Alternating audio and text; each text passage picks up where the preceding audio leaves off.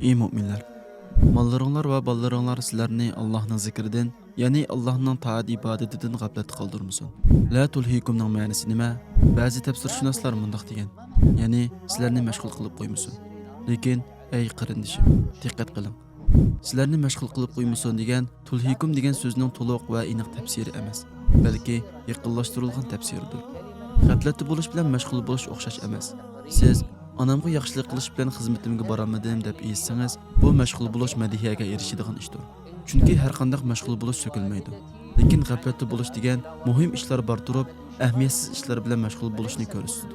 Shunga Alloh taolo: "Ey mu'minlar, mollaringlar va ballaringlar sizlarni Allohning zikridan, ya'ni Allohning taat ibodatidan g'aflatda qoldirmasin" deb buyurganda, uning ma'nosi men ahamiyatsiz bir ish bilan ulug' bir ishdan g'aflatda qoldim degan bo'ldi. Yaxshi tushundim, ey Rabbim. Ahamiyatsiz narsa nima? Mol dunyolaringlar va ballaringlar. Ey Alloh, mol dunyo va ballar oxiratga nisbatan ahamiyatsiz bo'lsa, biz so'zlarning inchika ma'nolarini tushunganda maqsadni tushunamiz. Mol dunyolarimiz oxiratga nisbatan arzimas narsadir. Ballarimiz oxiratga nisbatan arzimas narsadir. Ba'zida mol dunyomi uni Allohning itoatida ishlasang, Allohga yaqinlashishning yo'li bo'lishi mumkin. Shuningdek, ballarimiz shundoq bo'lishi mumkin.